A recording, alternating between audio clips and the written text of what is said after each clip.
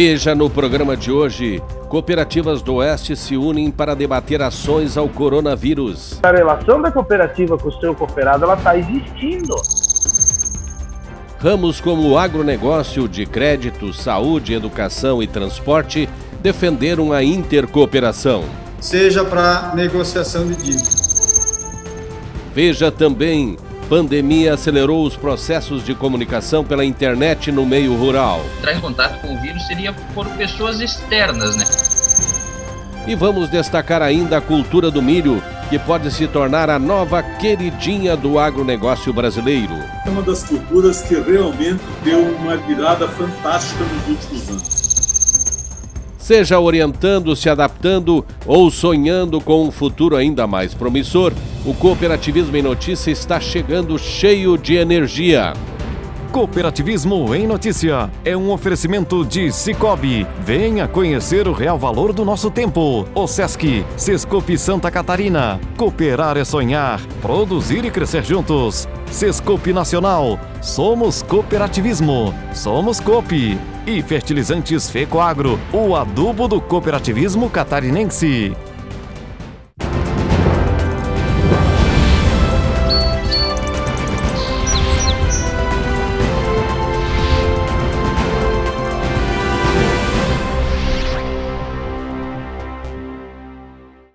Salve, amigos cooperativistas!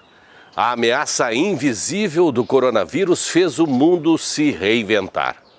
E os processos adotados hoje devem se tornar habituais num futuro bem próximo. Por exemplo, reuniões presenciais podem ser trocadas por encontros remotos. Visitas técnicas de campo podem ser feitas online. Sem contar uma série imensa de outras medidas. E é um desses movimentos que vamos mostrar agora. O isolamento social tem provocado uma série de inovações.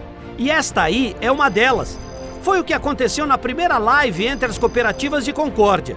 Durante 1h30, cada participante pôde falar o que a sua cooperativa está fazendo para proteger os negócios e seus associados durante esse isolamento social. O evento virtual falou da força do cooperativismo antes, durante e traçou metas para o pós-pandemia.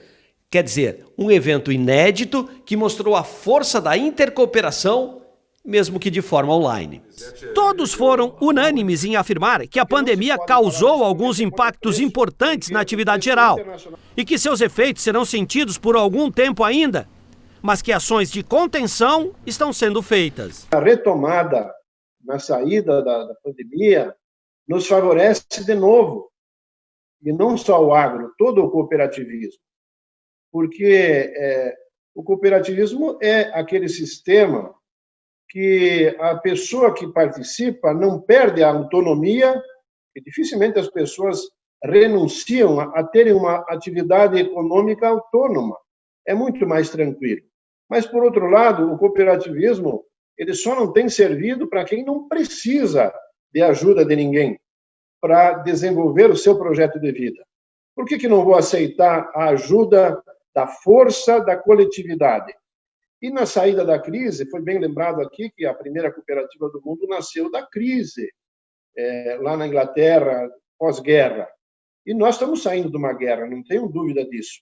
E a ideia do coletivo é a grande saída. Nós vamos precisar necessariamente até ampliar a solidariedade que os nossos princípios pregam. Além disso, a interação com o público também ajudou a clarear alguns pontos, especialmente sobre os cuidados que estão sendo tomados no dia a dia. A nossa equipe técnica não deixou de fazer contato com o produtor porque estamos com essa dificuldade. O contato físico não pode, mas a relação da cooperativa com o seu cooperado ela está existindo. A gente não parou, ninguém parou na Copérdia aqui, por enquanto, a não ser aqueles que foram recomendados que fossem deixados em função de idade, em função de problemas de saúde, de recomendações, ou as pessoas que apresentam algum sintoma. O restante da equipe praticamente está todo 100% trabalhando. Nós temos a equipe, uma parte home office, aquilo que é possível fazer, e o restante está na linha de frente, estão na frente do supermercado, atendendo o produtor, o cooperado, o cliente. Quer dizer, as lojas da agropecuária estão funcionando, mas o produtor, nessa hora, ele pensa o quê? E eu vou falar um dado aqui para vocês. Nós tivemos uma quebra de safra significativa na nossa região em função, todo mundo sabe aí, da estiagem, né? E eu vou falar um segredinho aqui. A Copérdia vai ter o maior ano de recebimento de cereais. Por que aconteceu isso? Porque as pessoas confiam na cooperativa, elas têm uma confiança maior, porque ela já veio para a cooperativa alinhada, e esse momento onde ela sente um pouco mais de dificuldade, onde que ela vai se socorrer? Ela vai deixar o seu produto em qualquer lugar? Será que ela vai fazer isso? Será que ela vai colocar a sua força aonde?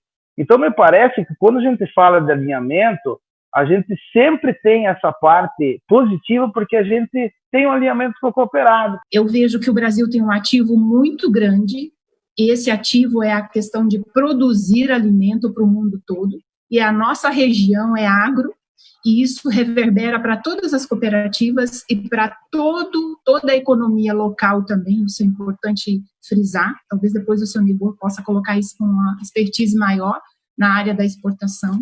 Então, eu vejo que uma crise sanitária, que é a que nós estamos passando agora, passando também por uma crise econômica e despontando aí uma crise política, faz com que o cooperativismo, como cooperativas semelhantes à que o Camilo falou agora, cooperativa de crédito de grande importância para a nossa região, porque é ela quem vai injetar no mercado recursos para que as pessoas possam passar e melhorar os negócios. E eu vejo que o cooperativismo agro, ele vem adiante, porque ele tem esse ativo e esse especial, né? No caso, assim, ele vai girar toda a economia local. A maior parte das empresas no mundo todo, quando dá crise, tem dificuldade de investimento. Bom, se a gente precisa investir em ativos, com certeza tem capacidade, muito embora não todos tenham capacidade, mas muitos têm. E aí a condição, a capacidade de investimento, ela é diluída, não está concentrada numa empresa só. Assim como a diversidade de visão, de opinião, aquela força do trabalho que gera engajamento, e nesse momento gera engajamento do cooperado, principalmente, e também dos funcionários, porque um funcionário de cooperativa, ele comunga dos mesmos princípios do sistema. E nesse momento ele também se engaja e faz com que o seu negócio, porque quem faz o negócio acontecer são as pessoas, quer sejam as pessoas sócias, quer sejam as pessoas profissionais. Assim é em todas as empresas, mas entendemos que o nosso modelo, porque ele é regido, estão os princípios, as pessoas se engajam. Protagonista do encontro, o presidente do Sicoob Credial, Paulo Camilo, disse que o objetivo foi plenamente alcançado, porque a proposta era essa mesmo, falar de fatos aos associados. Nosso propósito é dar condições para a pessoa cumprir com seus compromissos. É dessa forma que a gente está trabalhando. Nós temos uma estrutura bem montada aqui na unidade administrativa e lá nas agências também. O nosso atendente, ele está sendo preparado justamente para atender de forma correta. Eu sempre digo para a nossa equipe que nós não podemos ser simplesmente, lá na ponta, ser um quebrador de fila ou só um atendente. Ele tem que ser uma espécie de consultor. Então, é dessa forma que a gente está desenvolvendo a nossa equipe, seja para fornecer crédito, seja para venda de serviços, seja para negociação de dívida. E assim, as cooperativas mostraram que mesmo em épocas de transtorno social como este, o interesse pela comunidade, um dos princípios do cooperativismo, segue intocável. Para o quadro Relembrando dessa semana, vamos destacar uma força-tarefa desencadeada pela Secretaria de Estado da Agricultura, que teve como foco regularização fundiária. Num primeiro momento, mais de 10 mil produtores foram beneficiados. Revejam como foi esse programa. Não há tempo ruim para quem tem pressa e nem barro suficiente que nos impeça de rodarmos por aí.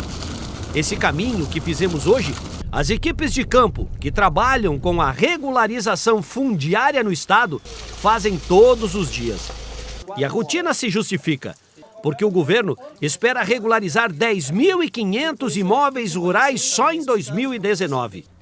Na primeira etapa, estão sendo contemplados os municípios de Jaborá, Catanduvas, Vargem Bonita e Irani, onde mora a família Souza.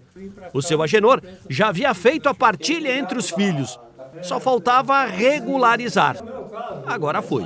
Esse terreno aqui, uma parte eu recebi de herança do meu pai, que eram 10 alqueires. E a outra parte a gente foi comprando junto com os filhos, no regime de economia familiar. E daí eles foram pegando idade e a gente foi assim passando, assim, de um para outro, cada um a parte dele mais ou menos para... Cada um tem o canto dele, né? Porque eu ficar com um capital grande não adianta, né? Dos 7 filhos do seu Agenor, 3 vieram acompanhar o trabalho das equipes e se mostraram satisfeitos com o levantamento. Até porque agora, cada um vai ter o seu pedaço de terra devidamente registrado. Ter um papel na mão, ter essa vantagem, o que significa para o senhor? Isso é bom, né? Por causa que daí eu sei como é que eu vou usar o meu terreno, né? E o outro lá sabe como é que ele vai fazer com o terreno dele também, né? Desde que um dia, se eu precisar uma linha de crédito no banco, eu não preciso depender da assinatura dos outros, né? O levantamento topográfico e todas as medições necessárias são feitos por empresas contratadas pelo governo através de licitações.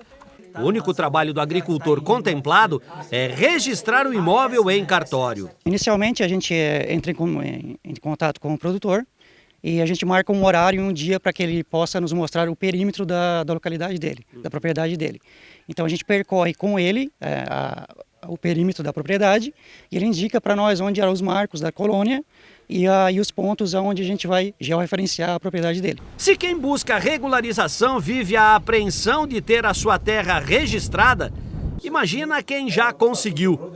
O seu Alberto carrega o documento como troféu. Como é que era antes? O senhor se sentia desconfortável? Como é que era? Olha, a gente era a pessoa, parecia sem crédito, né? Tu ia no banco, primeira coisa, documento, né, da terra. Tu não tem. Certo. Contrato. Uhum. Mas hoje não aceitam mais contrato, né? Hoje está aqui uma identidade para... Hoje é uma mega cena isso aqui. Já o vizinho do seu Alberto, o Roberto, ainda aguarda pelo resultado do levantamento, mas está esperançoso. Na verdade, nós temos a terra, mas não temos, porque não vale nada. Tu vai num banco, tu não tem dinheiro, tu não consegue nada, e no interior precisa isso aí, tem que mudar uma coisa, tem que mudar isso, mudar aquilo, e dinheiro a gente não tem. Essa ação faz parte do Programa Nacional de Cadastro de Terras e de Regularização Fundiária do Governo Federal. Só o estado de Santa Catarina possui mais de 350 mil imóveis rurais, muitos deles irregulares. Santa Catarina possui 97 mil imóveis rurais com algum tipo de irregularidade. Esse dado faz parte do cadastro do INCRA divulgado em 2018. Quer dizer, o estado ainda tem um enorme caminho pela frente para fazer a regularização. Se viermos essa região oeste, que tem menos áreas irregulares, e é uma tradição das nossas famílias regularizar seus imóveis, suas propriedades, com a certificação, com o registro em cartório, tem um título, enfim, tem uma escritura pública que o nosso pessoal fala, né? Então, o nível de irregularidades nessas áreas é menor do que nas outras regiões. Um título para chamar de seu. É isso que muitos agricultores do estado ainda esperam. Depois dos comerciais, vamos falar dos cuidados que os produtores estão tomando em relação ao coronavírus e do futuro da cadeia do milho. Em muitas propriedades, as atenções com as famílias e as visitas externas se tornaram prioridade. A gente faz tudo remotamente. Veja também que o Brasil pode se tornar no futuro o maior produtor de milho do mundo. Criou um ambiente propício para a produção.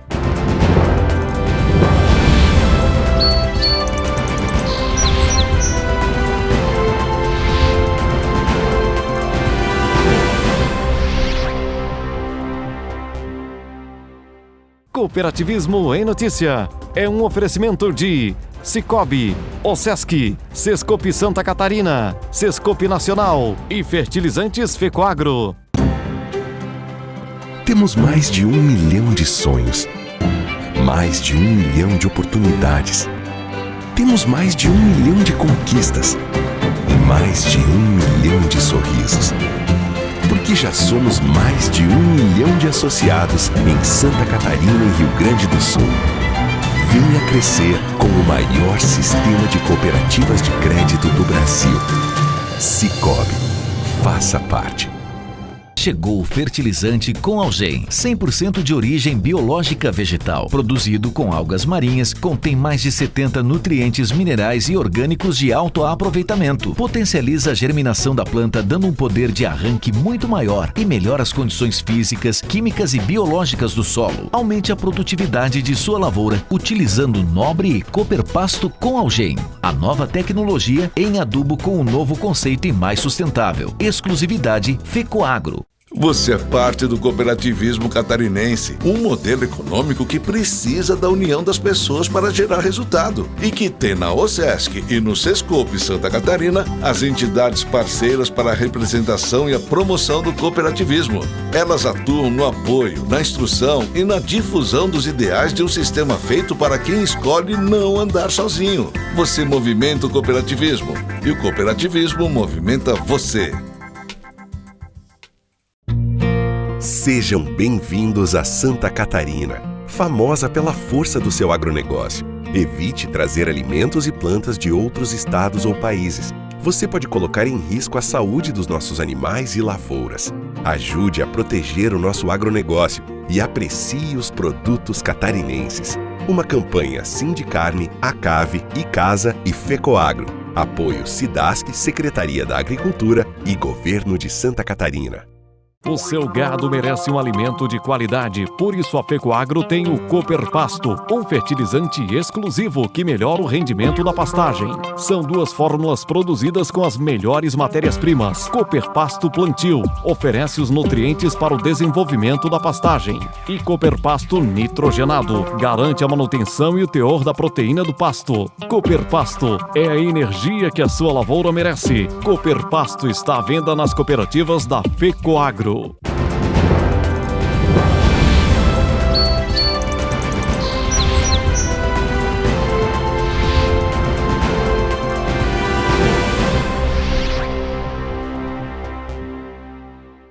Nós já falamos aqui que a pandemia de coronavírus transformou a realidade do mundo. E a nova ordem já está posta. Afinal, teremos que aprender a conviver com ele por muitos anos ainda. Um desses comportamentos já está sendo sentido no meio rural, onde os cuidados com as famílias, os materiais de trabalho e as visitas técnicas mudaram com o perfil do campo. Esse aparelhinho aí, antes restrito às cidades, chegou ao campo numa velocidade jamais vista. Segundo o último censo agropecuário do IBGE, lançado em 2017, o acesso à internet no meio rural cresceu quase 2.000%. Em 2006, eram um pouco mais de 75 mil aparelhos. Hoje, passa folgado de 1.430.000.